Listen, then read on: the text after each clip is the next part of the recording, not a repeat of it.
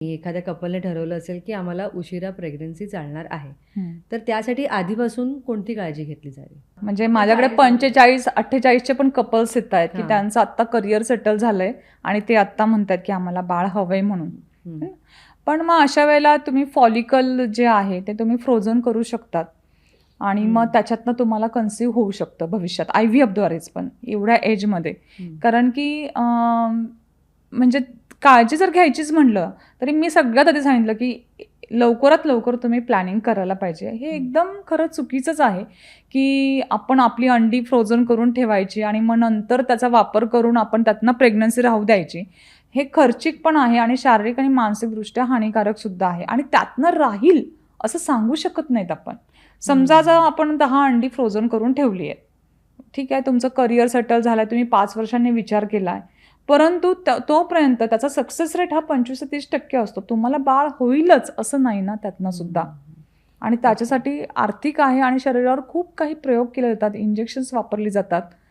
तर मी म्हणते असं नाही पाहिजे. तुम्हाला काय करिअर करायचं ना, तुम्ही 30च्या आत बऱ्यापैकी तुम्हाला दोघांचं पोट भरेल, नवरा बायकोला असं काय लागतं आणि फॅमिली समजा, असं तुम्ही सेटल करा आणि बाळाच्या कृपेने किंवा बाळाच्या पावलांनी आपोआप तुमचं करिअर पुढे सेटल होतंय अजूनच. पण आपण हळूहळू आता लाईफस्टाईलकडे वळतोय. तुम्ही सांगताय की त्यांचं ओव्हरऑल दिवसच असा सुरू होतो इतका बिझी की अगदी रात्री झोपेपर्यंत कामं सुरू असतात. रात्री उशिरापर्यंत जागणं किंवा लॅपटॉप वापरणं ह्याचा फर्टिलिटीवर काही परिणाम होतो का? नक्की होतो. रात्री उशिरापर्यंत तुम्ही बघत असाल आता IT क्षेत्रातले म्हणजे अमेरिकेच्या टाइम टेबलने चालतात आपल्या इकडे भारतामध्ये. मोस्ट ऑफ द IT कंपनीतले खूपसे पेशंट्स माझ्याकडे असतात आणि ते तिकडच्या टाईमनुसार ते रात्री जागरणं करून इकडे ड्युटी करतात. वर्क फ्रॉम होम नावाला असतं, परंतु ते कायम लॅपटॉपवर असतात. यातनं त्यांचा स्ट्रेस हार्मोन वाढतो. आयुर्वेदानुसार वात प्रकोप होतो. वाताची दृष्टी हे आयुर्वेदामध्ये वंध्यत्वाचं कारण सांगितलेलं आहे. अपान वायूची दृष्टी म्हणजे खराब होणं.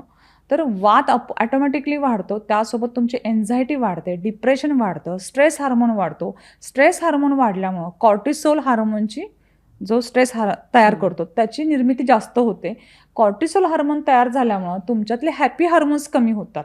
जसं की पुरुषांमध्ये टेस्टोस्टेरॉनची व्हॅल्यू लगेच ड्रॉप होते आणि स्त्रियांमध्ये इस्ट्रोजन, प्रोजेस्टेरॉन, ऑक्सिटोसिन, की जे ऑक्सिटोसिन हा हार्मोन दोघांमध्ये अफेक्शन असायला गरजेचा आहे. हा हॅपी हार्मोन आहे. तर त्याची मात्रा एकदमच कमी होते. मग नॅचरली तुमचं जे सेक्सचं डिझायर आहे ते पण कमी होऊन जातं. मग तुम्ही फक्त बाहुली बाहुलासारखे काम करत राहतात. रोजचा रुटीन येतो, तुमचा दिवस येतो.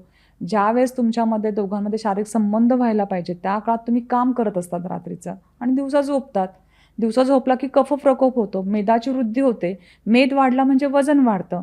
ओबेसिटी वाढली पुरुषांची, ओबेसिटी जर ॲब्डॉमेनची ओबेसिटी वाढली तर त्यातनं आपोआपच टेस्टोस्टेरॉनची मात्रा कमी होते आणि पुरुषांमध्ये इस्ट्रोजन हार्मोन तयार व्हायला लागतो आणि ते एक इन्फर्टिलिटीचं कारण आहे.